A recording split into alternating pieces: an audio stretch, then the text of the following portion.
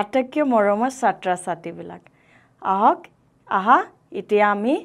পঢ়াবলৈ গৈ আছো সপ্তাহৰ নাম ইংৰাজীত কি ক'বা numbers name of the week আহা এতিয়া আমি আৰম্ভ কৰোঁ প্ৰথমতে তোমাক মই অসমীয়াত লিখি দিছো অসমীয়াত কেনেকৈ লিখিবা সপ্তাহ খ প ত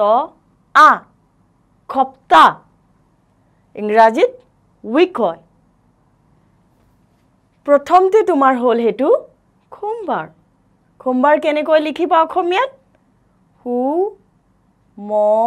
খোম ব আ ৰ সোমবাৰ এটো কি হল আৰ মাত্ৰা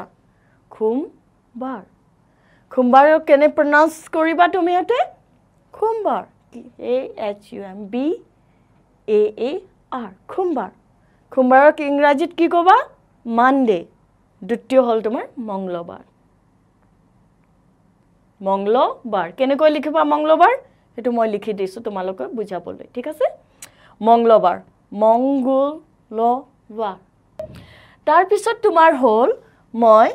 বুজাব গৈ আছো বুধবাৰ ম আকাৰৰ মাত্ৰা হ মা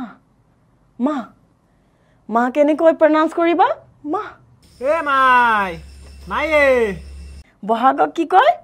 এপ্ৰিল কি কয় এপ্ৰিল এটো হল তোমাৰ জেঠ তুমি ইংৰাজীত কি ক'বা মে ক'বা আচ্ছা বহাগ কি কয় বহাগ তুমি ক'বা জুন কি ক'বা জুন জেঠক কি কয় জুলাই কি ক'বা জুলাই अरे कहना क्या चाहते हो আজি আমি শিকিবলৈ তুলিছো খৰল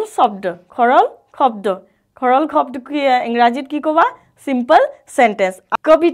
কবিতা কেনেকৈ লিখিবা কবিতা pronunciation হল কবিতাক ইংৰাজীত কি ক'বা poetry কি ক'বা poetry তাৰ পিছত হল তোমাৰ গাখীৰ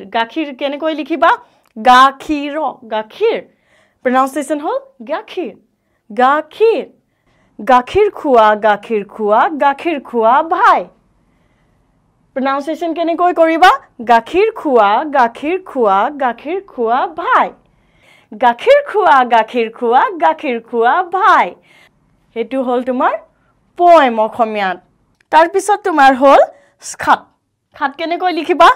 খাত হেতু অসমীয়াত লিখি দিছো খাত এনেকৈ লিখে অসমীয়াত তাৰ পিছত খাত কেনেকৈ লিখিবা খাত pronunciation হল খাত কি ক'বা খাত ইংৰাজীত হয় 7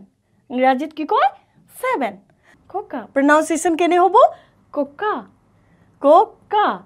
কি কয় আঙ্কেল তাৰ পিছত তোমাৰ হল তোমাৰ খুৰা কি কয় আঙ্কেল খুৰাক তোমাৰ হল হেতু তোমাৰ কোকা হল